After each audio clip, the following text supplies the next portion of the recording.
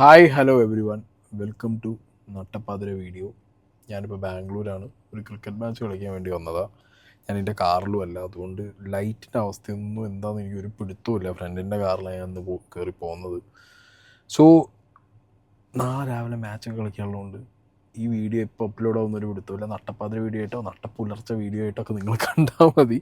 And ഇതൊരു lengthy video ആയിരിക്കും. അപ്പോൾ ഈ ഉറക്കത്തിൽ നിന്ന് വീഡിയോ എടുത്ത് കാണുന്നവർക്ക് ലെങ്തി വീഡിയോ ശേഷം സീനാണെങ്കിൽ പകുതിയായിട്ടൊക്കെ കണ്ടേക്കി.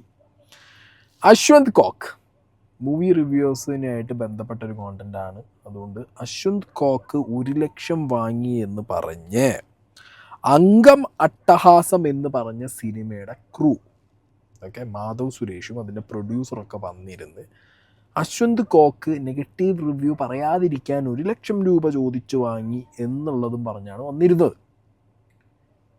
ഞാൻ മൂവി റിവ്യൂ കുറച്ചധികം കാലമായിട്ട് ഇപ്പോൾ ചെയ്യുന്നുണ്ട്. ഞാനിവിടെ വെല്ലുവിളിക്കുകയാണ്, ലിറ്ററലി വെല്ലുവിളിക്കുകയാണ്. ഞാൻ ആരുടെയെങ്കിലും കയ്യിൽ നിന്ന് ഒരു രൂപ മേടിച്ചിട്ട് പോട്ടെ, ഒരു ടിക്കറ്റ് ഫ്രീ ആയിട്ട് മേടിച്ചിട്ട് ഏതെങ്കിലും ഒരു പടം ഞാൻ കയറി കണ്ടിട്ട് ഏതെങ്കിലും രീതിയിൽ അങ്ങനത്തെ ഒരു സംഗതി ഞാൻ ചെയ്തിട്ടുണ്ടെന്നുണ്ടെങ്കിൽ, നിങ്ങൾക്കത് പ്രൂവ് ചെയ്യാൻ പറ്റുന്നുണ്ടെങ്കിൽ ഞാൻ ഈ പണി നിർത്തും. ഇത് സിനിമാക്കാരോടാണ് മെയിനായിട്ട് പറയുന്നത്. ഓക്കെ, ആൻഡ് എനിക്കറിയുന്ന നല്ല രീതിയിൽ നമ്മളോട് എല്ലാ കാര്യങ്ങളും പറയുന്ന, സഹകരിക്കുന്ന ഇഷ്ടംപോലെ സുഹൃത്തുക്കൾ സിനിമയിൽ നിന്ന് എനിക്ക് പേഴ്സണലി ഉണ്ട്. ഇപ്പോൾ ചില പേരുകളൊക്കെ പറഞ്ഞു കഴിഞ്ഞാൽ നിങ്ങൾ തന്നെ വിചാരിക്കും, നിന്നെപ്പോലെ ഒരുത്തനായിട്ട് അയാൾക്ക് എന്ത് കണക്ഷൻ.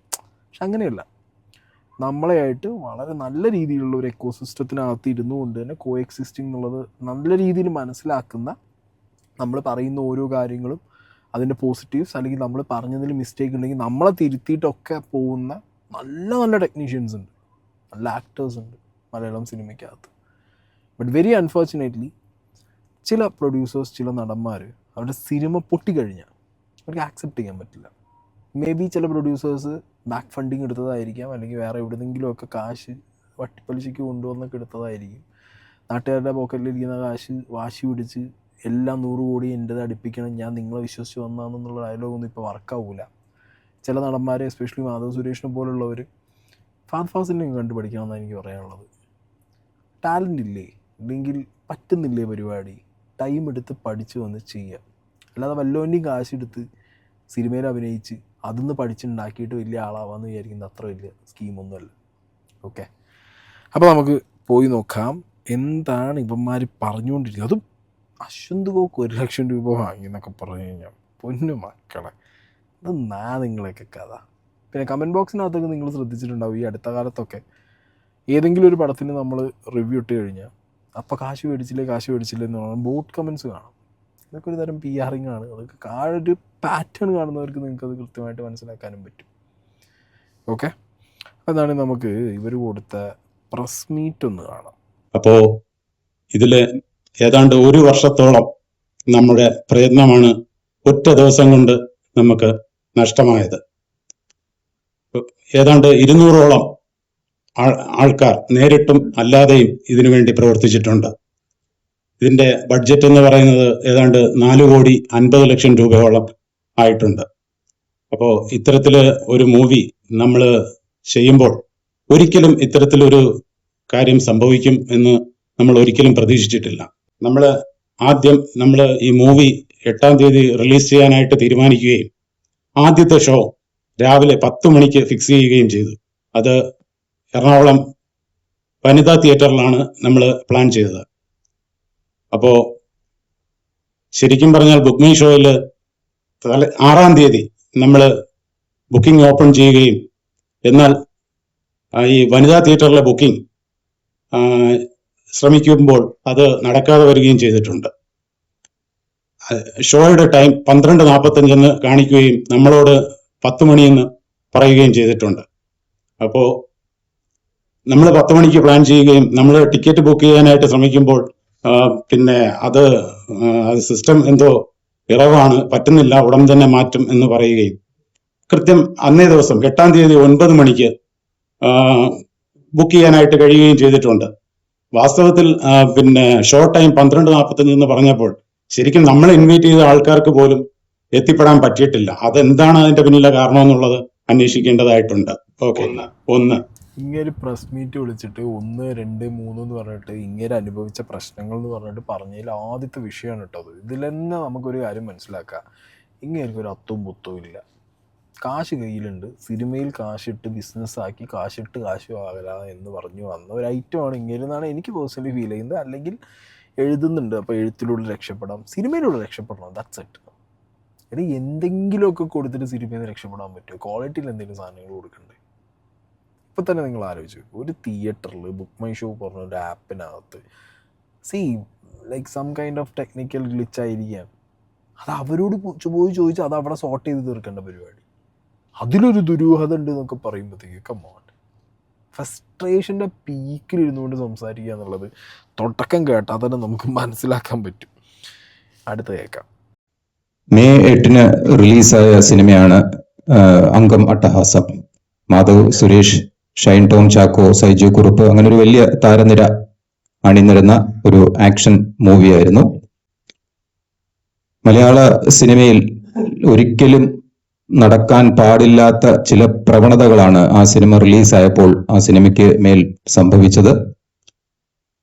ഒരു വലിയ എമൗണ്ടും അതുപോലെ തന്നെ ഒരു വലിയ ഈ ആൾക്കാരുടെ ഒരു അധ്വാനവും ഒക്കെ ഡെപ്പോസിറ്റ് ചെയ്തൊരു സിനിമ റിലീസ് ചെയ്യുമ്പോൾ ആ സിനിമയ്ക്കെതിരെ ഉണ്ടാകുന്ന, ഒരിക്കലും അനുവദിക്കാൻ പാടില്ലാത്ത, ഒരിക്കലും മലയാള സിനിമയിൽ പ്രൊമോട്ട് ചെയ്യാൻ പാടില്ലാത്ത, ഒരിക്കലും ഇനി നടക്കാൻ പാടില്ലാത്ത ചില മോശം പ്രവണതകൾ, അതിനെതിരെയാണ് സംസാരിക്കാൻ പോകുന്നത്. എന്തുവാണ് ഇത്? ഈ സിനിമ നിങ്ങൾ ഇത്ര കഷ്ടപ്പെട്ട് എടുക്കണമെന്നുണ്ടെങ്കിൽ എടുക്കാതിരിക്കും. ഈ കഞ്ഞി വർത്താനവും കഷ്ടപ്പാടും ഇതുകൊണ്ട് പറയുന്നത് കേട്ട് കഴിഞ്ഞാൽ നാട്ടിന് എന്തോ ഉപകാരമുള്ള പരിപാടിയാണ് ഈ ചെയ്തുകൊണ്ടിരിക്കുക. ഓക്കെ, ചിലപ്പോൾ കുറച്ച് ടാക്സ് കിട്ടുമായിരിക്കും, ബട്ട് സ്റ്റിൽ നിങ്ങൾക്ക് കാശിട്ട് കാശ് വരാൻ അറിയില്ല. സിനിമയിൽ നിന്ന് എവിടെ നിന്നൊക്കെ റവന്യൂ സോഴ്സ് ഉണ്ടാക്കാൻ പറ്റും എന്നുള്ളത് നിങ്ങൾക്ക് അറിയില്ല എന്നുണ്ടെങ്കിൽ ദയവേദി പണിക്ക് പോകരുത്, പ്രൊഡ്യൂസേഴ്സിനോടാണ്. അടുത്ത കാര്യം, ഇവിടെ ഏതൊക്കെ ആക്ടേഴ്സിനെ വെച്ച് ഏതൊക്കെ സ്ക്രിപ്റ്റ് വർക്കൗട്ട് ചെയ്യാൻ പറ്റും എന്നുള്ളതിനെക്കുറിച്ചൊരു ബേസിക് നോളേജ് പ്രൊഡ്യൂസർക്കും ഡയറക്ടർക്കും വേണം. മനസ്സിലായില്ലേ? പിന്നെ ആക്ട് ചെയ്യുന്ന ആക്ടർക്ക്, ഞാൻ ഏത് ഡയറക്ടറുടെ കീഴിലാണ് അഭിനയിക്കുന്നത്, ഇയാൾ ഏത് രീതിയിലുള്ള ഫോർമുലയാണ് ഉപയോഗിക്കുക, ഞാൻ എന്ത് സ്ക്രിപ്റ്റാണ് കേട്ടെ. എടി ഇതൊരു കൈൻഡ് ഓഫ് ടീം ഗെയിമാണ്. ആ ടീം ഗെയിമിനകത്ത് നിങ്ങൾ കൃത്യമായി നിങ്ങളുടെ ഇൻപുട്സ് കൊടുക്കണം, വേറൊരാളുടെ ഇൻപുട്ട് ഓഡിറ്റ് ചെയ്യണം, സ്വന്തം ഇൻപുട്ട് ഏതെങ്കിലും ഒരാൾ ഓഡിറ്റ് ചെയ്യുന്നുണ്ടെന്നുണ്ടെങ്കിൽ അത് വെൽക്കം ചെയ്യാൻ പറ്റണം. സിനിമ എന്ന് പറഞ്ഞതിൻ്റെ സക്സസ് ആണ് ഇറ്റ്സ് ടീം വർക്ക്. അല്ലാതെ രാവിലെ എണീച്ചിട്ട് ഞാൻ 10-200 ആളെ കൂട്ടി ഞാനൊരു പ്രൊഡ്യൂസറെ കണ്ടുപിടിച്ചു, ഞാനൊരു പ്രൊഡ്യൂസറാണ്, ഞാൻ 4-5 കോടി ഇട്ടു, എൻ്റെ കാശ് പോയി, എനിക്ക് ഈ കാശ് തിരിച്ചു കിട്ടണം, അതിനൊക്കെ റെസ്പോൺസിബിലിറ്റി ആരാ? പ്രേക്ഷകർ. ഇങ്ങനെ കഞ്ഞി വർത്താനവും പറഞ്ഞ് ഇല്ലായ്മയും പറഞ്ഞ് അതൊക്കെ കഴിഞ്ഞു. സിനിമയിൽ നല്ല പണി അറിയാവുന്നവന്മാർ 2, 3, 4 കോടി ഇട്ടിട്ട് 50-100 കോടി മേടിച്ചിട്ട് പോകുന്നുണ്ട്. മനസ്സിലായോ? പണി അറിയാവുന്നവർ അങ്ങനെ അറിഞ്ഞ് പണിയാൻ പറ്റണം. ഇത് പഴയ പോലെയല്ല, ഇത് ഒരു റിസ്ക് എടുത്തിട്ട് ലോട്ടറി എടുക്കുന്ന പോലെ വന്നിട്ട് നാളെ പോകാൻ പറ്റൂല. ഓക്കെ, എന്തോ ഇവരൊക്കെ എന്ന് മാറാനാണ്. അത് പിന്നെ ഒരു സിനിമ നമ്മൾ റിലീസ് ചെയ്ത് ആദ്യത്തെ ഷോ കഴിഞ്ഞ് കുറച്ച് യൂട്യൂബേഴ്സ്, നമ്മളെല്ലാവരും പറയുന്നില്ല, കുറച്ച് യൂട്യൂബേഴ്സ് ഇതിന്റെ കഥ അങ്ങ് പറയുവാണ്, മൂവിയുടെ കഥ വെളിപ്പെടുത്തുകയാണ്. ശരിക്കും പറഞ്ഞാൽ അവർക്ക് നെഗറ്റീവ് കമന്റ്സ് പറയാം, പോസിറ്റീവ് കമന്റ്സ് പറയാം, ഒരിക്കലും കഥ പറയാൻ പാടില്ല. ഓക്കെ, പിന്നെ ഇതിന്റെ ക്ലൈമാക്സ് എന്ന് പറയുന്നത് ചിലപ്പോൾ നമ്മളൊരു ക്യാരക്ടറെ റിവീൽ ചെയ്യുന്നത് ലാസ്റ്റ് മൊമെന്റിലായിരിക്കും. അപ്പോ അത് ആദ്യമേ തന്നെ ഒരു ഷോ കഴിഞ്ഞ ഉടനെ അവർ വന്നിട്ട് ഇന്ന ക്യാരക്ടർ ഇന്നതാണ് ചെയ്യുന്നത് എന്ന് പറയുകയും, അത്തരത്തില് അങ്ങനെ പറഞ്ഞു കഴിഞ്ഞാൽ സംഭവിക്കുന്നത് എന്താണെന്ന് നിങ്ങൾക്കും അറിയാം. സ്വാഭാവികമായിട്ടും പിന്നെ ആ സിനിമ കാണാനുള്ള ഒരു ക്യൂരിയോസിറ്റി നമുക്ക് കുറയും. സ്വാഭാവികമായിട്ടും 150 രൂപ കൊടുത്ത് ഒരാൾ ഒരു ടിക്കറ്റ് എടുക്കുകയാണെങ്കിൽ അയാൾക്ക് 150 രൂപയുടെ സാറ്റിസ്ഫാക്ഷൻ കിട്ടണം, അല്ലേ? തീർച്ചയായിട്ടും കിട്ടിയേ മതിയാകത്തുള്ളൂ. ഇപ്പോ ശരിക്കും ഇതിലെ കഥ നമുക്കറിയാം, അതിലെ ക്യാരക്ടർ എന്താണ് ചെയ്യുന്നത് നമുക്കറിയാം. അത്തരത്തില് ഒരിക്കലും 150 രൂപ ഞാനാണെങ്കിലും കൊടുക്കത്തില്ല. എന്തോന്നാണ് ഇത്?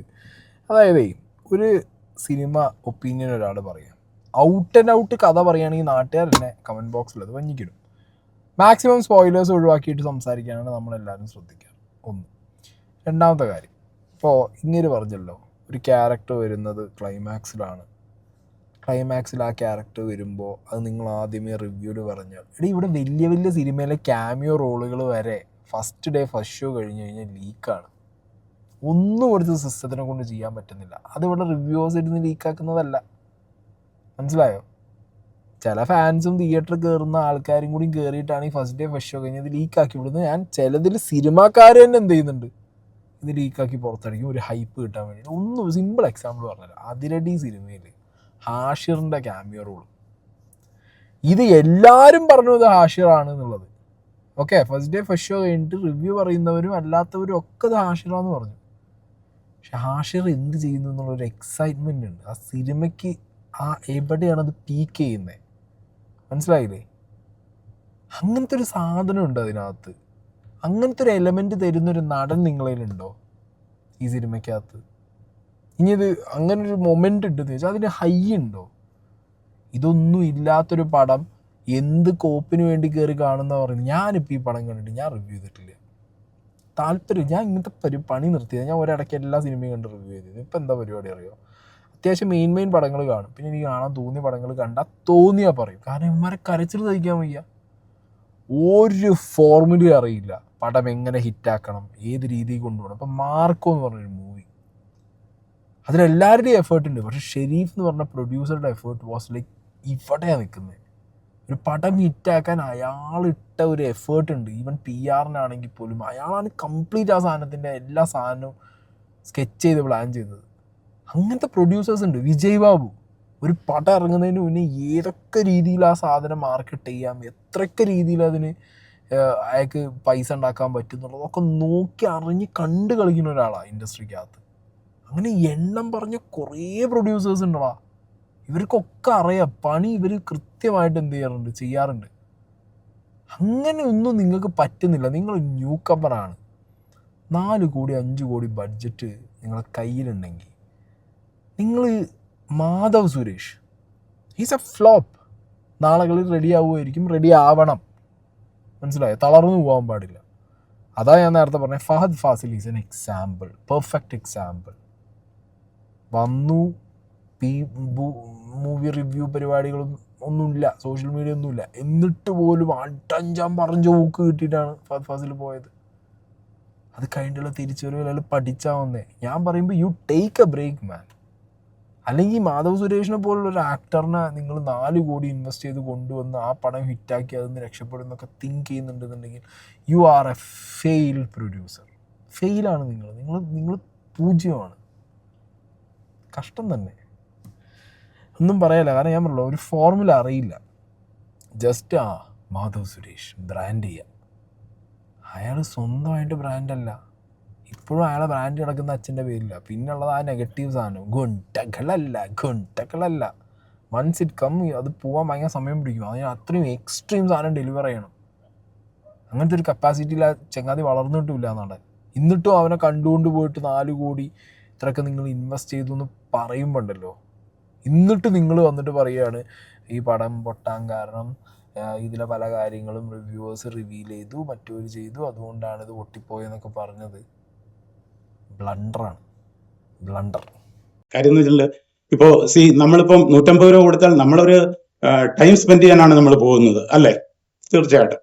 അപ്പോൾ അത്തരത്തിൽ നമ്മളെ ശരിക്കും നമ്മളെ ഉപദ്രവിച്ചിട്ടുണ്ട്. അതിൽ പ്രധാനമായിട്ടും പറയേണ്ടുന്നത് അശ്വന്ത് ഗോക്ക്, 2 ഉണ്ണി വ്ളോഗ്. പിന്നെ ഈ അശ്വന്ത് ഗോക്ക് എന്താണ് എനിക്കുണ്ടാക്കിയ നഷ്ടം എന്ന് പറയുന്നത്, നഷ്ടം ചെറുതല്ല. പുള്ളിയുടെ വ്യൂസ് എന്ന് പറയുന്നത് ഏതാണ്ട് 2.5 ലക്ഷം. 2.5 ലക്ഷം എന്ന് പറയുമ്പം ഇപ്പോൾ ഒരാൾ കണ്ടു കഴിഞ്ഞാൽ മിനിമം 10 പേരുമായിട്ട് കമ്മ്യൂണിക്കേറ്റ് ചെയ്യും. 10 പേരുമായിട്ട് കമ്മ്യൂണിക്കേറ്റ് ചെയ്യുമ്പോൾ ഏതാണ്ട് 25 lakhs ആൾക്കാരിൽ ഇത് എത്തിക്കഴിഞ്ഞു. അപ്പൊ ഈ 25 lakhsൽ മിനിമം 10 ലക്ഷം പേര് ചിലപ്പോൾ മൂവി കാണുന്നവരായിരിക്കും. ഓക്കെ, അപ്പം 10 ലക്ഷം പേര് മൂവി കാണുന്നവരിൽ പിൻവലിക്കുകയാണ്. അപ്പൊ ഇതിൽ എന്താണ് നേട്ടം എന്നുള്ളത് എനിക്കറിയില്ല. പിന്നെ ഈ അശ്വന്ത് ഗോക്ക് എന്ന് പറയുന്ന വ്യക്തി സത്യം പറഞ്ഞാൽ റിവ്യൂ പറയുന്നത് പൈസ വാങ്ങിക്കൊണ്ടാണ് പറയുന്നത് എന്ന് എനിക്ക് വ്യക്തമായ അറിവുണ്ട്. അതായത് ഒരു മൂവിക്ക് 1 ലക്ഷം രൂപയാണ് പുള്ളി ചോദിക്കുന്നത്. അതായത് 1,00,000 രൂപ കൊടുത്തില്ലെങ്കിൽ പുള്ളി നെഗറ്റീവ് പറയും, 1,00,000 രൂപ കൊടുത്താൽ പോസിറ്റീവ് പറയും. ഓക്കെ, ഇത് ഞാനൊരു പ്രൊഡ്യൂസർ എന്നുള്ള നിലയ്ക്ക് പിന്നെ എനിക്ക് സംഭവിച്ച കാര്യമാണ് ഞാൻ ഈ പറയുന്നത്. ഓക്കെ, അപ്പോ ഇതിന് ഞാൻ സൈബറുമായിട്ട് ബന്ധപ്പെട്ടു. അപ്പൊ അവര് പറഞ്ഞത് ഇതിലൊരു ശരിയാവണ്ണം അവർക്ക് കേസെടുക്കാനുള്ളൊരു റൈറ്റ് അതിലില്ല. അപ്പൊ എന്നോട് പറഞ്ഞു, നിങ്ങൾ എന്താണെന്ന് വെച്ചാൽ ചെയ്തോളൂ. ശരിയാണ്, ഇതിൽ എനിക്ക് സിവിൽ ലയബിലിറ്റി ഉണ്ടായിട്ടുണ്ട്, സാമ്പത്തിക നഷ്ടം എനിക്കാണ് ഉണ്ടായത്. അപ്പോ ഞാൻ അതുമായിട്ട് ബന്ധപ്പെട്ട് CM പരാതി കൊടുക്കുന്നുണ്ട്, പിന്നെ ഹൈക്കോടതിയിൽ കേസ് ഫയൽ ചെയ്യുന്നുണ്ട്. സിവിൽ കേസ് തന്നെയാണ് ഫയൽ ചെയ്യുന്നത്, കോർട്ട് ഫീസ് അടച്ചും കൊണ്ട് സിവിൽ കേസ് തന്നെയാണ് ഫയൽ ചെയ്യുന്നത്. എന്തിനടോ താൻ ഇനിയും കാശ് ചിലവാക്കുന്നത്? ഒരു പൗരൻ്റെ ബേസിക് റൈറ്റ്സ് മാത്രമേ ഇവിടെ മൂവി റിവ്യൂസ് ചെയ്യുന്നുള്ളൂ. അവർ കാശ് കൊടുത്തൊരു പ്രൊഡക്റ്റ്, ഇപ്പം ഞാനൊക്കെ കാശ് കൊടുത്ത് ടിക്കറ്റ് എടുത്ത്, അതായത് ഒരു സിനിമയ്ക്ക് ഞാൻ പോകുമ്പോൾ എൻ്റെ വണ്ടിക്കകത്ത് 4-5 പേരുണ്ടാവും. ടിക്കറ്റ് പ്രൈസ് തന്നെ it will be like 2,000 അടുപ്പിച്ചാവും, 1,500 plus ആവും, പ്ലസ് ഫുഡ്, പെട്രോള്, ഇത്രയും സ്പെൻഡ് ചെയ്തിട്ട് നമ്മളൊരു തിയേറ്ററിൽ പോകണം. ഇവരിപ്പോൾ ഈ 150 കണക്കാണ് പറയുന്നത്. ഓക്കെ, ഈ 150 ഉള്ളവരുണ്ട്, ഇല്ലയെന്ന് പറഞ്ഞാൽ ഒറ്റയ്ക്ക് വന്നിട്ട് ഒറ്റ കുറുക്കന്മാരുണ്ട്, കുറുക്കത്തികളുണ്ട്. പക്ഷെ അതിലും കൂടുതൽ ടീമായിട്ട് വന്ന് അത്രയും സ്പെൻഡ് ചെയ്തിട്ട് നമുക്ക് കിട്ടുന്ന ലാഭം നല്ല പ്രൊഡക്റ്റ് ആണെങ്കിൽ നല്ല മനസ്സമാധാനം കിട്ടി, നല്ല സിനിമ കണ്ടു എന്നുള്ള ഫീലാണ്. നിൻ്റെ കയ്യിലേക്ക് വരാൻ പോണത് എന്താ? നീ ലാഭം കണ്ടുകൊണ്ട് പണമെടുക്കുന്ന ഒരാളല്ലേ, ആണോ അല്ലേ? നീ കാൽക്കുലേറ്റ് ചെയ്യപ്പോൾ ഇരുന്നു റഷ്യൻ കോക്കിന് ഇത്ര വ്യൂസ് ഉണ്ട്, ഇത്ര ആൾക്കാരോട് പറഞ്ഞു, എടേ കോക്ക് വേണ്ട, നിൻ്റെ അപരാധ സാധനം ഫസ്റ്റ് ഡേ ഫസ്റ്റ് ഷോ കേരളത്തിൽ ഒന്നാകെ നീ റിലീസ് ചെയ്ത തിയേറ്ററിൽ നിന്ന് 10 ആൾ കണ്ടിട്ട് മൗത്ത് പബ്ലിസിറ്റിയിൽ 10 എന്ന് പറഞ്ഞ് പോയാൽ തന്നെ എന്താ പറയുക, ഈ കാട്ടപരാധം പിന്നെ ആരും കാണില്ല. അത് മനസ്സിലാവണില്ലേ? ആക്സെപ്റ്റ് ചെയ്യാൻ പറ്റുന്നില്ലേ? ഫെയിലിയറാണ്, പൊട്ടിപ്പോയി പടം, കയ്യിൽ നിന്ന് പോയി, അത് ആക്സെപ്റ്റ് ആവുന്നില്ല. ഇവരുടെ മോട്ടീവ് എന്താ അറിയും? ഇവർക്കിത് റിലീസ് ചെയ്യണം എന്നുള്ളൊരു മൂഡിലേക്ക് ഇതൊരു വാശി പോലെ എടുത്തിരിക്കുക.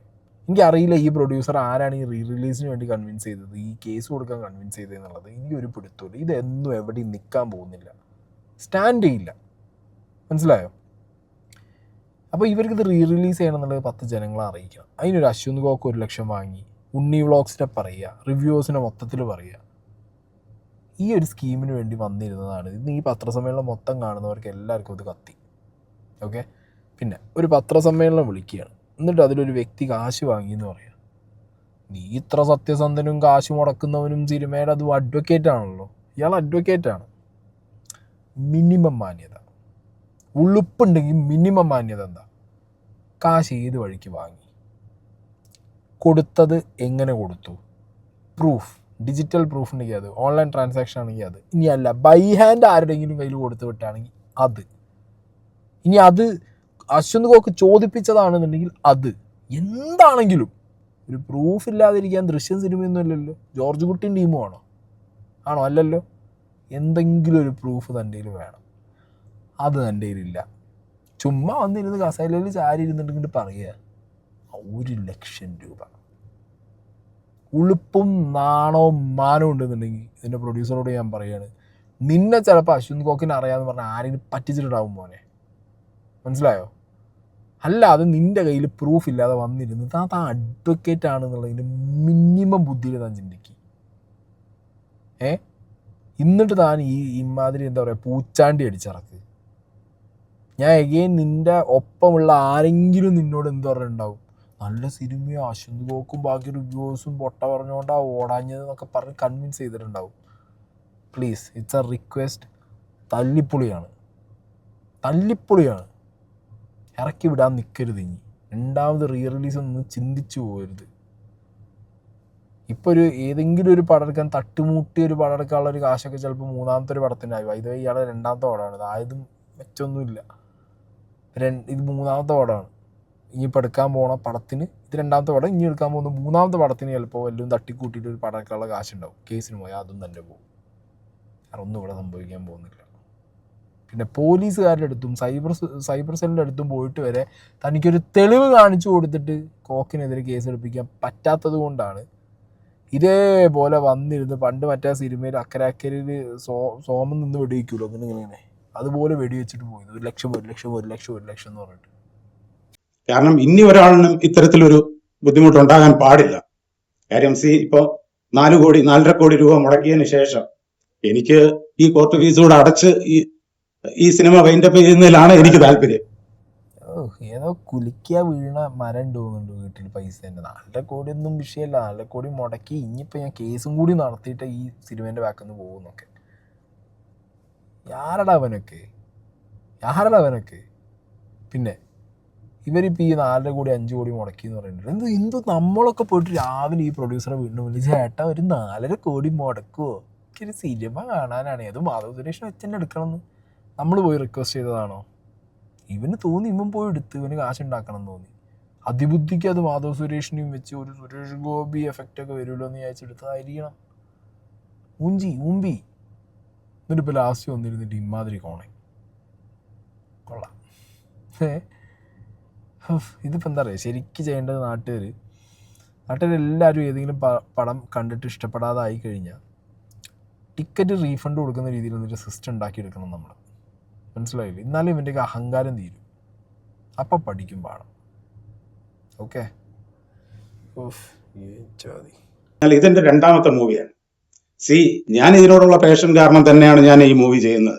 ശരിക്കും സിനിമയെ ഞാൻ ബിസിനസ്സായിട്ട് തന്നെയാണ് കാണുന്നത്. ഓക്കെ.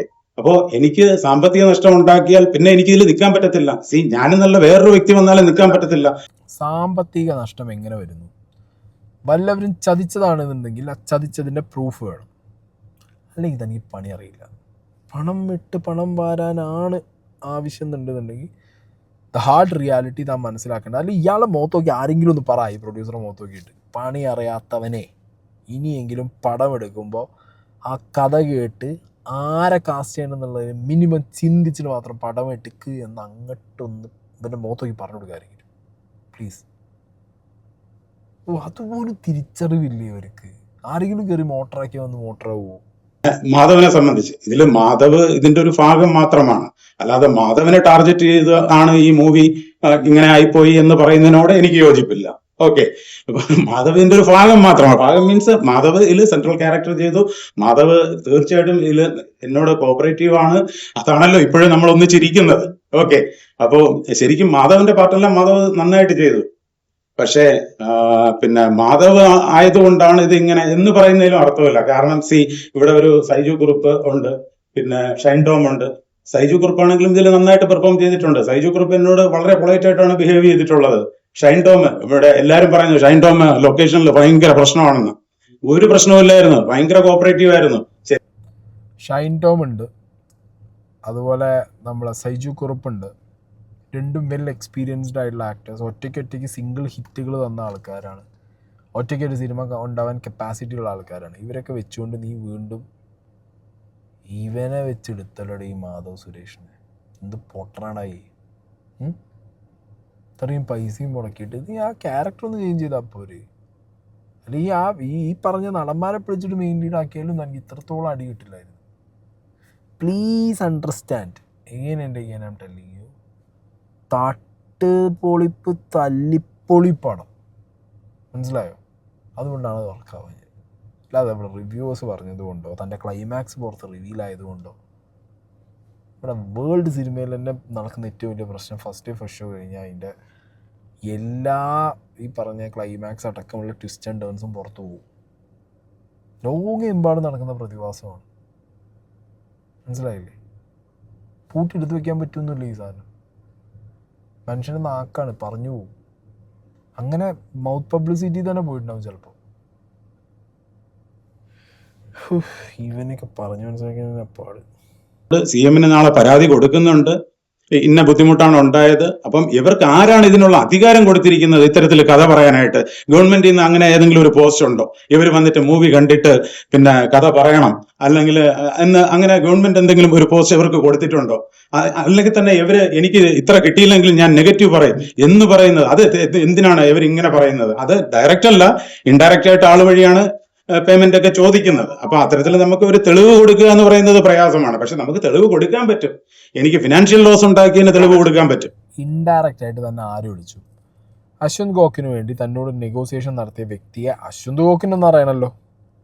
കോക്ക് ഇപ്പോൾ വീഡിയോ ഇട്ടിന്ന് അതിൽ കോക്ക് പറയുന്നുണ്ട്. ആരാണ് ആ വ്യക്തി? താനത് റിവീൽ ചെയ്യും. ഒന്ന്. രണ്ടാമത്തെ കാര്യം, ഈ ഗവൺമെൻറ് നിയമിച്ചിട്ടില്ലല്ലോ, ഗവൺമെൻറ് പറഞ്ഞിട്ടില്ലല്ലോ എന്ന് പറയുന്നുണ്ടല്ലോ. എന്തിനു ഗവൺമെൻറ് പറയേണ്ട ആവശ്യം? ഞാൻ അധ്വാനിച്ച പൈസ കൊണ്ട് ഞാൻ ടിക്കറ്റിൻ്റെ പൈസ എടുത്തിട്ട് ഞാനൊരു സാധനം കാണുന്നു, എൻ്റെ അഭിപ്രായം എനിക്ക് പറഞ്ഞൂടെ? എന്തിനു ഗവൺമെൻറ് ഇടപെടാനുള്ള ഇതിനകത്ത്? ഗവൺമെൻറ് പറഞ്ഞിട്ടാണോ ഇവർ റിവ്യൂ ചെയ്യുന്നത്?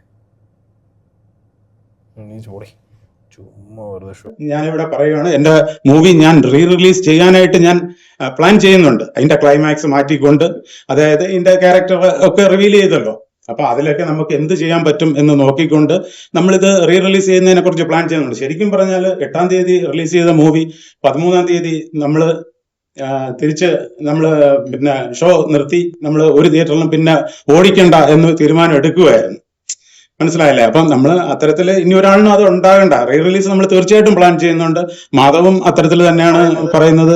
ഈ സിനിമേൻ്റെ ഫ്ലോയിൽ എന്താ പറ്റിയറിയോ?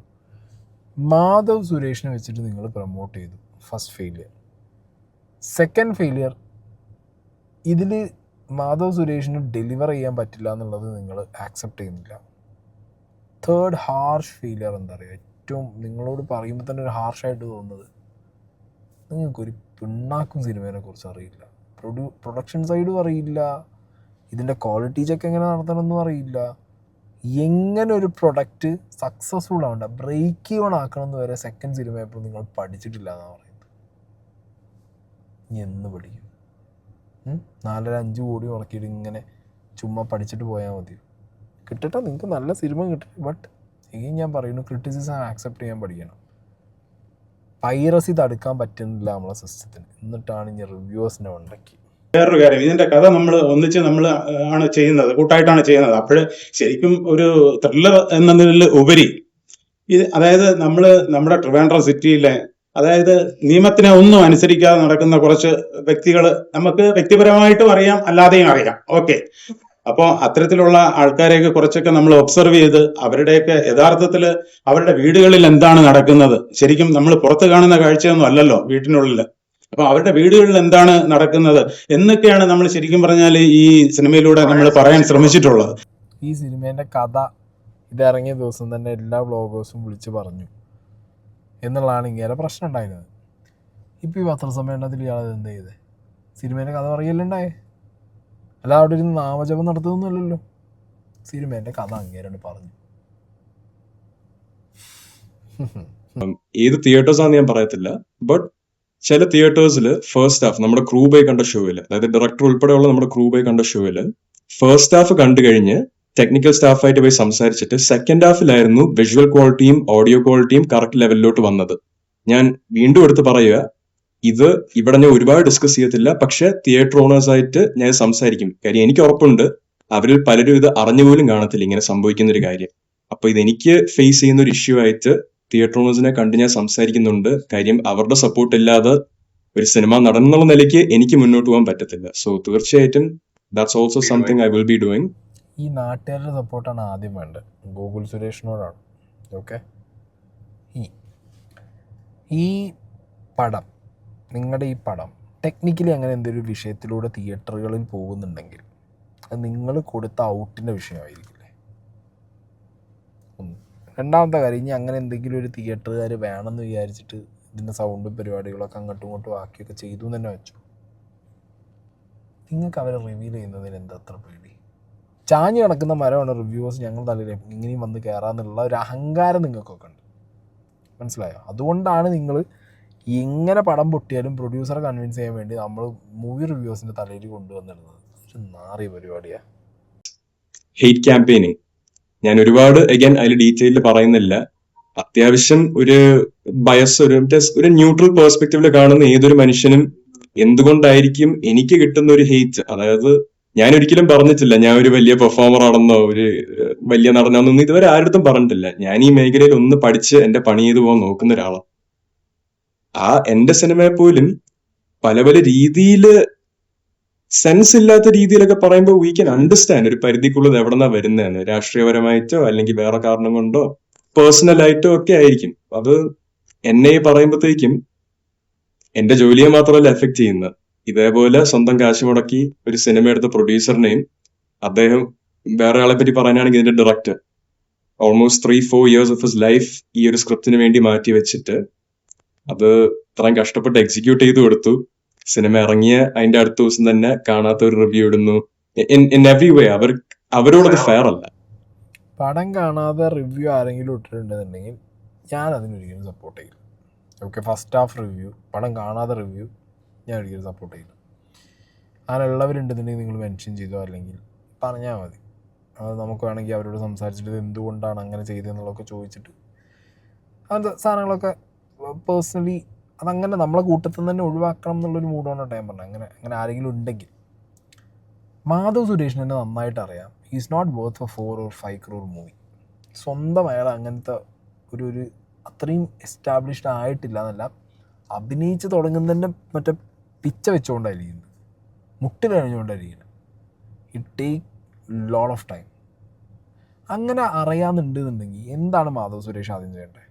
പ്രൊഡ്യൂസറോട് ആദ്യം പറയണ്ടേ ഞാനില്ല, ഞാൻ പഠിച്ചിട്ട് വന്നിട്ട് ചെയ്യുക. വെറുതെ ചുമ്മാ നിങ്ങൾ 4 കോടി 5 കോടി ഞാൻ കളയേണ്ട കാര്യമുണ്ട്. അത് അങ്ങോട്ട് എന്തൊരു കൺസേൺ ആണ് ഇതിനകത്ത്. കൺസേൺ ആണ് എന്ത് അടുത്തിരിക്കുന്ന പ്രൊഡ്യൂസറോട് ആ കൺസേൺ നിങ്ങൾ കാണിക്കേണ്ടത് ഇങ്ങനെയാണ്. ഞാൻ ഓക്കെ അല്ല, ഞാൻ അഭിനയിച്ചതൊക്കെ പോയി, ഓക്കെ ഞാൻ പഠിച്ചിട്ട് വരാം എന്ന് പറയുന്നതാണ് അവിടെ സീൻ. അല്ലാതെ നാട്ടുകാരുടെ കാശിന് വല്ലോൻ്റെയും പോക്കറ്റിലിരിക്കുന്ന കാശ് ഒരു പ്രൊഡ്യൂസർ കൊണ്ടുവരുമ്പോൾ അപരാധ സിനിമകളെടുത്ത് ഞാൻ സിനിമയിൽ അഭിനയിക്കാൻ പഠിച്ചോളാം എന്ന് പറയുന്നുണ്ടല്ലോ, ക്ലാസ് തെമ്മാടിത്തരാണ്. സ്വന്തം വീട്ടിൽ അച്ഛൻ ഉണ്ടാക്കി വെച്ചിട്ടുണ്ടല്ലോ സുരേഷ് ജി, അവിടുന്ന് ഒരു പ്രൊഡക്ഷൻ ഹൗസ് തുടങ്ങിയിട്ട് അഭിനയിച്ച് പഠിക്കും മോനെ. അല്ലെങ്കിൽ നാട്ടിൽ കണ്ടവരുടെ പ്രൊഡക്ഷൻ ഹൗസിൽ അവർ 4-5 കോടി മുടക്കി ഈ അച്ഛൻ്റെ പേരും അല്ലെങ്കിൽ അച്ഛൻ്റെ ലെഗസിയും കണ്ടിട്ടാണ് മകൻ്റെ അടുത്ത് ചെയ്യുന്നത്. മകൻ ഒരു പുണ്ണാക്കും ചെയ്തിട്ടില്ല. അപ്പം അങ്ങനെ വരുമ്പോൾ നിന്നെക്കൊണ്ടത് ഡെലിവർ ചെയ്യാൻ പറ്റുന്നൊരു സിറ്റുവേഷനിൽ നീ പോയി പഠിക്ക്. വാട്ട് ഈസ് ആക്ടിങ് എന്ന് പഠിച്ച് തിരിച്ചിട്ട് വാശിക്ക് ഫഹദ് ഫാസിൽ ഒന്നുമാണ്. അല്ലാതെ ഇപ്പം ഇരുന്ന് ഈ പറയുന്ന ഡയലോഗുകളൊന്നും ഐ ഡോണ്ട് തിങ്ക് സോ. എന്തോ ആണ് 1 ലക്ഷം രൂപ വാങ്ങിച്ചിട്ടാണ് പോസിറ്റീവ് റിവ്യൂവിന് 1 ലക്ഷമല്ല 12 ലക്ഷമാണ് പുള്ളിയുടെ വില. 2 ആഴ്ച മുമ്പ് ഇറങ്ങിയ ഒരു പടത്തിന് മിക്സർ റിവ്യൂ എന്നൊരു പടത്തിന് 12 ലക്ഷമാണ് ഈ പറഞ്ഞ ലക്ഷ്യങ്ങൾ. ഞാനൊരു 25 വർഷമായിട്ട് ഫിലിം ജേർണലിസ്റ്റ് ആയിട്ട് പ്രവർത്തിക്കുന്ന ആളാണ്. പലർക്കും തന്നെ അറിയാം. അതുകൊണ്ടാണ് ഇത്ര ആധികാരികമായിട്ട് പറയുന്നത്. ഒന്നാണ്. 2, തിയേറ്ററിൽ നിന്ന് 4 ദിവസം പിൻവലിച്ചു എന്ന് പറഞ്ഞു. അത് എന്തുകൊണ്ടാണ് റീ റിലീസ് ചെയ്ത് റീ ഷൂട്ട് ചെയ്ത് റീ റിലീസ് ചെയ്യാൻ ഐഡിയ വെച്ചിട്ടാണ് അങ്ങനെ പിൻവലിച്ചത്. ആദ്യത്തെ ചോദ്യം ഒന്നും കൂടെ ഒന്ന് പറയാമോ? ഓരോന്നായിട്ട് ചോദിച്ചാൽ 1 ലക്ഷം രൂപ വാങ്ങിച്ചിട്ടാണ് പോസിറ്റീവ് റിവ്യൂ പറയുന്നത്. 1 ലക്ഷം 12 ലക്ഷമാണ് പുള്ളിയുടെ ലേറ്റസ്റ്റ് റിവ്യൂ. പക്ഷേ ആഴ്ച മുമ്പ് മിക്സർ റിവ്യൂ എന്നൊരു വലിയ പടത്തിന് പുള്ളി 12 ലക്ഷം രൂപയുടെ വാങ്ങിച്ചു. അത് ടിക്ടോക്ക് ഈ പറഞ്ഞ യൂട്യൂബേഴ്സ് എല്ലാവർക്കും കൂടി 2.5 കോടി രൂപയുടെ പ്രൊഡ്യൂസറാണ്. പക്ഷേ എന്നോട് ആവശ്യപ്പെട്ടത് വേറൊരാൾ മുഖാന്തരം എന്നോട് ആവശ്യപ്പെട്ടത് പടത്തിന്റെ വലിപ്പം ചെറുപ്പം അനുസരിച്ച് ആയിരിക്കാം. എന്നോട് ആവശ്യപ്പെട്ട എമൗണ്ട് ആണ് ഞാൻ പറഞ്ഞത്. അതായത് പുള്ളി നെഗറ്റീവ് റിവ്യൂ ഇടത്തില്ല, 1 ലക്ഷം രൂപ കൊടുക്കാമെങ്കിൽ നെഗറ്റീവ് റിവ്യൂ ഇടത്തില്ല. അപ്പൊ ഒരുപക്ഷെ ഞാനൊരു ചെറിയ പ്രൊഡ്യൂസറാണ് എന്നുള്ള രീതിയിലായിരിക്കാം ചിലപ്പോ ചോദിച്ചത്. പുള്ളി അക്കൗണ്ട് ത്രൂ ഒന്നും ഇല്ല ബൈ ത്രൂ ക്യാഷ്. മനസ്സിലായില്ല. ഇനി അടുത്തത് ഒന്നുകൂടെ പറയാമോ? പറഞ്ഞിട്ട് എന്ത് ഗതികേടാ നിങ്ങൾ ആലോചിച്ച് നോക്ക്. ത്രൂ ക്യാഷ് ആയിട്ടാണ് അശ്വന്തൊക്കെ മേടിച്ചിട്ടുള്ളത്. Again I'm repeating the same loop. Frustrated ആണ് പടം പൊട്ടിയത്. എനിക്ക് തോന്നുന്നു ഇയാളുടെ കാശുമല്ലോ. പുറത്തെങ്ങാണ്ട് എബ്രോഡ് ഇയാൾക്ക് ഒരു പാർട്ട്ണറും കൂടി പ്രൊഡക്ഷനിൽ ഇങ്ങനെ പേര് കണ്ടിട്ടുണ്ടായിരുന്നു. മേ ബി ഫുൾ അയാളുടെ പൈസയാണെങ്കിലോ. അല്ലെങ്കിൽ ഒരു കോമൺ സെൻസ് മനുഷ്യന് വേണ്ടതെന്ന് ഞാൻ ആലോചിച്ചു. ഇത്രയും നെഗറ്റീവായിട്ട് നിൽക്കുന്ന ഒരാൾ, അതിപ്പോൾ അച്ഛൻ്റെ പൊളിറ്റിക്സ് വെച്ചിട്ട് ഇക്വേറ്റ് ചെയ്യുന്ന വേണ്ട. ഗുണ്ടകളാണ്, അനാഥരല്ല, ഗുണ്ടകളാണ്. അതിൻ്റെ പെർഫോമൻസ് കണ്ടാൽ തന്നെ ഏറെക്കുറെ നാട്ടുകാർക്ക് എന്ന് പറഞ്ഞ് തോന്നിയിട്ട് പോകും. ഇമ്പ്രൂവ് ചെയ്ത് വരാൻ വേണ്ടി വീണ്ടും നാട്ടുകാരുടെ കാശിന് ഇമ്പ്രൂവ് ചെയ്യാന്ന് പറഞ്ഞുകൊണ്ടിരിക്കുന്ന ഒരു മകൻ എന്തായാലും BJPക്കെതിരെ ഉള്ള ഒരു ജനറൽ കേരളയിലുള്ള ഒരു ഡിസ്ലൈക്ക് എനിക്കൊരു അഭിപ്രായമില്ല അതിനെപ്പറ്റി. എന്തായാലും ആയിക്കോട്ടെ. അതിന്റെ പുറകിൽ എന്റെ അച്ഛനൊരു BJP മിനിസ്റ്റർ ആയതുകൊണ്ട് ചിലപ്പോൾ അതിന്റെ പുറകെ വരുന്ന ഒരു സർട്ടൻ എമൗണ്ട് ഓഫ് ടാർഗറ്റിംഗ് ആയിരിക്കാം. ഗോകുലിന് ഇത്രയും അറ്റാക്ക് വരുന്നില്ല. ചേട്ടൻ എന്നെക്കാളും നന്നായിട്ട് അഭിനയിക്കുന്നോണ്ടായിരിക്കും. അതാ ഞാൻ ആദ്യം പറഞ്ഞ പോയിന്റ്. I M learning. എനിക്ക് എന്റെ ഫസ്റ്റ് സിനിമയിലോ സെക്കൻഡ് സിനിമയിലോ തേർഡ് സിനിമയിലോ വന്നൊരു വലിയ കിടിലൻ പെർഫോമൻസ് ഡെലിവറി ഉള്ള ഒരു അത്ര നല്ല ആക്ടറൊന്നും അല്ല ഞാൻ പഠിച്ചു വരിക. എന്നിൽ എന്തെങ്കിലുമൊക്കെ കണ്ട് വിശ്വസിക്കുന്ന മോനെ ഗൂഗിൾ മാധവേ, പഠിച്ചു വന്നോ. പക്ഷെ നാട്ടുകാരുടെ കാശിന് പഠിക്കാൻ നിൽക്കല്ലേ. എനിക്ക് അത്രേ പറയുള്ളൂ. നാട്ടുകാരുടെ കാശിന് പഠിക്കാൻ നിന്ന് കഴിഞ്ഞാൽ നിന്റെ മുഖത്ത് നോക്കി പറയാൻ അവർക്ക് മടി കാണും. നിന്റെ അച്ഛൻ ആലോചിച്ചുകൊണ്ട് ഇപ്പം അതാണ് അവിടെ സംഭവിച്ചു പോകുന്നുണ്ട്. നീ ഒരൊറ്റ ആൾ കാരണമാണെന്നുള്ളത് പറയാതെ തന്നെ നിൻ്റെ അപ്പുറത്തിരുന്ന പ്രൊഡ്യൂസർ പറഞ്ഞിട്ട് പോയി. നീയും അത് ആക്സെപ്റ്റ് ചെയ്യുന്നുണ്ട്, നീയാണ് കാരണം എന്നുള്ളത്. അല്ലെങ്കിൽ 4-5 കോടി എന്താ പറയുക ചുമ്മാ കിട്ടുന്ന വെറുതെ കിട്ടുന്ന പൈസയാ നിന്നെ വെച്ച് പരീക്ഷണം എടുക്കാൻ വേണ്ടിയിട്ട്. നീ പോയി വല്ല 40,000 രൂപയോ വല്ല 10,000 രൂപേൻ്റെ ചെറിയ ഷോർട്ട് ഫിലിം എടുക്കുന്ന നാട്ടുകാർ അതിൽ അഭിനയിച്ച് പഠിക്കും പോയിട്ട്. പഠിക്കാനാണെങ്കിൽ അല്ല 4 കോടി പടത്തിലൊന്നും കയറിപ്പോലെ മോനെ, കഷ്ടമാണേ. ഈ നമുക്ക് എന്താണെങ്കിലും അശ്വന്ത് ഖോക്കിൻ്റെ റിപ്ലൈ വന്നിട്ടുണ്ട്. അശ്വന്ത് ഖോക്കിൻ്റെ റിപ്ലൈ നമുക്ക് നോക്കാം. അശ്വന്ത് കൊടുത്തിട്ടുണ്ട്, കൊടുക്കാൻ 1.5 കൊടുക്കലോ കൊടുത്തിട്ടുള്ളത്. കുറേ നാളുകളായിട്ട് കുറേ പട്ടികൾ, എടാ പട്ടികളെ, ആ പട്ടികളോടാൻ പറയുന്നത്, ഞാൻ കാശ് വാങ്ങിച്ചിട്ടാണ് റിവ്യൂ ചെയ്യുന്നത്. What the fuck? ഞാൻ കാശ് വാങ്ങിച്ചിട്ടാണ് റിവ്യൂ ചെയ്യുന്നത്. ഇതിന്റെ ബേസിക് അടിസ്ഥാനം എന്താ? എങ്ങനെയാണ് കാശ് വാങ്ങിക്കുക? നീയും നിന്റെ തന്തമാരെല്ലാരും കൂടെ ഒരു ചാക്കിൽ കെട്ടിയിട്ട് എനിക്ക് കാശ് പിന്നെ എൻ്റെ ഫ്ലാറ്റിന്റെ ഫ്രണ്ടിൽ സെക്യൂരിറ്റിന് എടുത്ത് കൊടുക്കുകയാണോ? എന്നിട്ട് ഞാൻ ആ കാശ് എടുത്തിട്ട് ഞാൻ തീരുമാനിക്കുകയാണോ ഈ സിനിമയ്ക്ക് പോസിറ്റീവ് പറയണോ നെഗറ്റീവ് പറയണമെന്ന്? അല്ലാതെ ഓൺലൈൻ ട്രാൻസാക്ഷൻ ആണെങ്കിൽ ഇതിന് പ്രൂഫ് കാണല്ലോ. എനിക്ക് ഒറ്റ ബാങ്ക് അക്കൗണ്ടുള്ളൂ, state bank of India, Perambra ADB. അനീഷോ മാനേജർ എൻ്റെ സുഹൃത്തോ? നിങ്ങൾ പറയുന്നതിൻ്റെ എന്തടിസ്ഥാനം കാശ് വാങ്ങിച്ചെന്ന്? ഈ സിനിമാക്കാർ മൊത്തത്തിൽ റിവ്യൂസ് കാശ് വാങ്ങിയിട്ടാന്ന് പറയുന്നതിൻ്റെ അടിസ്ഥാനം എനിക്ക് ഇന്നും മനസ്സിലാവുന്നില്ല. ഞങ്ങളൊരു സർക്കിളുണ്ട്, ഞങ്ങൾ ആ സർക്കിളിനടുത്ത് ഞങ്ങൾക്കറിയാം നമ്മൾ കാശ് വാങ്ങാതെയാണ് നമ്മളുടെ ഒരു പ്യുവർ നമ്മളുടെ ഫണ്ടിന് വേണ്ടിയിട്ടും ഞങ്ങൾക്ക് കിട്ടുന്ന യൂട്യൂബിൽ നിന്ന് കിട്ടുന്ന ഡോളറുമാണ് end of the day. And നിങ്ങൾ വിചാരിച്ച പോലത്തെ ഒരു ഇങ്ങനത്തെ റവന്യൂ ഉണ്ട്, ഇറ്റ്സ് ദെയർ. പക്ഷേ ഈ മൂവി റിവ്യൂക്കൊക്കെ വ്യൂ റിട്ടൻഷനൊക്കെ കുറവാണ്. 10 മിനിറ്റ് വീഡിയോ ഇട്ട് കഴിഞ്ഞാൽ 1 മിനിറ്റൊക്കെ കിട്ടും വ്യൂ റിട്ടൻഷൻ. അപ്പോൾ RPM കുറയും, അപ്പോൾ കാശും കുറവായിരിക്കും. പക്ഷേ നമ്പർ ഓഫ് വ്യൂസ് കുറേ പോയി കഴിഞ്ഞ് കഴിഞ്ഞാൽ കാശ് വരും. അതിൻ്റെ ഒരു മാത്ത് അങ്ങനെയാണ്. 12 ലക്ഷം വാങ്ങണമെന്നാണ് ഇപ്പോൾ പത്രസമ്മേളനം നടന്നപ്പോൾ ഏതോ ഒരുത്തം വിളിച്ച പ്രൊഡ്യൂസറോട് പറയുന്നത്. 1 ലക്ഷം വാങ്ങി എന്നുള്ളത് അവൻ പറയുന്നത്. ആര് കൊടുത്തു, എപ്പോൾ വാങ്ങി, എങ്ങനെ വാങ്ങി, ഇത് ഏത് അക്കൗണ്ടിൽ വാങ്ങി, ബൈ ഹാൻഡ് ആണെങ്കിൽ അത് എങ്ങനെ കൊടുത്തു, എപ്പോൾ കൊടുത്തു എന്നുള്ളതിനെ കുറിച്ചൊന്നും ഒരു ക്ലാരിറ്റിയും മണ്ടന്മാർക്കില്ല. കേട്ടാ ദേഷ്യം വരാതിരിക്കും, കോക്കിന് പൊളിയാതിരിക്കും. നിങ്ങളൊന്ന് ഞാൻ ജനങ്ങളോടാണ് പറയുന്നത്, നിങ്ങൾ ആരെങ്കിലും ഒന്ന് തെളിയിക്കുക നമ്മൾ കാശ് വാങ്ങിയിട്ടാണ് ഈ ചെയ്യുന്നത് അല്ലെങ്കിൽ ചെയ്തത് മൊത്തം എന്നുള്ളത്. എങ്ങനെ ചെയ്യുന്നവരുണ്ടായിരിക്കാം, അതാരാന്നുള്ളത് ഇപ്പോൾ കണ്ടുപിടിക്കണമെങ്കിൽ നിങ്ങൾ തന്നെ വരണം, കൊടുത്തവർ വരണം. അല്ലെങ്കിൽ നിങ്ങൾ ആലോചിക്കും, ഇത്രയും സിനിമ ഇൻഡസ്ട്രിക്കകത്ത് ഇത്രയും റിവ്യൂവിൻ്റെ കാര്യം പറഞ്ഞ് ഭയങ്കര കച്ചറയുണ്ടായിട്ടുള്ളത് അല്ലേ? അതും ഇന്ത്യയിലുള്ള ഓരോ ഇൻഡസ്ട്രിക്കകത്തും റിവ്യൂവിൻ്റെ പേരും പറഞ്ഞ് ഭയങ്കര കച്ചറ ഉണ്ടാകുന്നുണ്ട്. എസ്പെഷ്യലി മലയാളത്തിൽ ഇതിന് മുന്നേ ഇഷ്ടം പോലെ ഉണ്ടായിട്ടുണ്ട്. ആ ടൈമിലൊന്നും എന്തുകൊണ്ടാണ് ആരും ഒരു സോളിഡ് പ്രൂഫായി വരാത്ത? റിവ്യൂവേഴ്സിനെ ഒതുക്കണമെങ്കിൽ വളരെ ഈസി അല്ലേ? ഏതെങ്കിലും ഒരു റിവ്യൂവർ അല്ലെങ്കിൽ 1-2 റിവ്യൂവേഴ്സോ കാശ് വാങ്ങുന്നതിൻ്റെ പ്രൂഫായിട്ട് വരിക. ഈ പ്ലാൻ ചെയ്തുകൂടെ നിങ്ങൾക്ക്? ഏതെങ്കിലും ഒരാളെ വിളിച്ചിട്ട് കാശ് ഓഫർ ചെയ്ത് അവൻ വാങ്ങുന്നത് വേണമെന്നുണ്ടെങ്കിൽ ട്രാക്ക് ചെയ്ത് പിടിച്ച് അതിൻ്റെ തെളിവുകൾ ഉണ്ടാക്കി ക്രെഡിബിലിറ്റി പൊട്ടിച്ചുകൂടെ നിങ്ങൾക്ക്? അതുപോലും നിങ്ങളെ കൊണ്ട് ചെയ്യാൻ പറ്റുന്നില്ല. കാരണം എന്താ? നിങ്ങൾ ഓഫർ ചെയ്ത് നമ്മൾ വേണ്ടാന്ന് പറഞ്ഞ് തട്ടിക്കളയാണ്. ആവശ്യമില്ലാന്ന്. എന്തിന്? ഇതൊരു പാഷനാണ്. ആ പാഷൻ്റെ മുകളിൽ ഇത് യൂട്യൂബിൽ വരുമ്പോൾ വരുമാനമാണ്. That's it. അല്ലാതെ ഇതിന്ന് അശ്വന്ത് കോക്ക് 12 ലക്ഷമൊക്കെയാണ് ഇപ്പോഴത്തെ ചാർജ് എന്ന് പറഞ്ഞു കഴിഞ്ഞാൽ അശ്വന്ത് കോക്ക് ആരുടെ അശ്വന്ത് കോക്ക്? സ്വന്തമായിട്ടുണ്ട്, RBI ഉണ്ടാക്കിയിട്ടുണ്ടാവില്ല എത്ര കാലം കൊണ്ട്.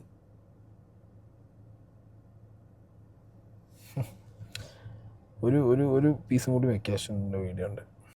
ഞാൻ 1 ലക്ഷം രൂപ ആവശ്യപ്പെട്ടു. ഏത്? ഞാൻ 1 ലക്ഷം രൂപ ആവശ്യപ്പെട്ടു. ഞാൻ ഇപ്പോൾ ഓൺ റെക്കോർഡ് ഞാൻ പറയുന്നു, ഞാൻ 1 ലക്ഷം രൂപ ആവശ്യപ്പെടുന്ന തെളിവ് നിന്റെ അടുത്തുണ്ടോ? ഓക്കെ, ഞാൻ ആവശ്യപ്പെട്ടു നീ പറയുന്നല്ലോ. എടാ, പറയുമ്പോൾ ഒരു മിനിമം മര്യാദ വേണം. എന്നെ നാണം കെടുത്ത് 1 ലക്ഷം ഉലുവയോ നിന്റെ തീട്ടപ്പടത്തിന്? 1 ലക്ഷം രൂപ കേരളത്തിലെ എല്ലാ ജനങ്ങൾക്കും കൊടുത്താൽ പോലും ഒരു പണം കാണൂല. അത്രയും തീട്ടപ്പടോ, തീട്ടപ്പടം. ഞാൻ മൂവ് ഓൺ ചെയ്യാണ്, കേസ് ഫയൽ ചെയ്യാണ്. കാരണം എന്ന് വെച്ച് കഴിഞ്ഞാൽ ഈ പ്രൊഡ്യൂസർ താടിക്കാരൻ അപരാധി പറയാണ് ഞാൻ 1 ലക്ഷം രൂപ ആവശ്യപ്പെട്ടു. അതിന് തെളിവ് കാണിക്കേ. ഞാൻ വയലൻ്റല്ല, ഞാനൊന്ന് ഹൈ കൊടുത്താം. തെളിവ് കാണിക്കടാ. ഇവൻ പറയുന്നത് ഓൺലൈൻ ട്രാൻസാക്ഷൻ അല്ല, എൻ്റെ ആൾക്കാരാണ് ഇവനോട് ബന്ധപ്പെടുന്നത്. എൻ്റെ ഏത് ആൾക്കാരടാ പണ്ടിക്കരിമ്പാറ, എൻ്റെ ഏത് ആൾക്കാരെ, എനിക്ക് ഏത് ആൾക്കാരെ? ഞാൻ തനിയാൾ.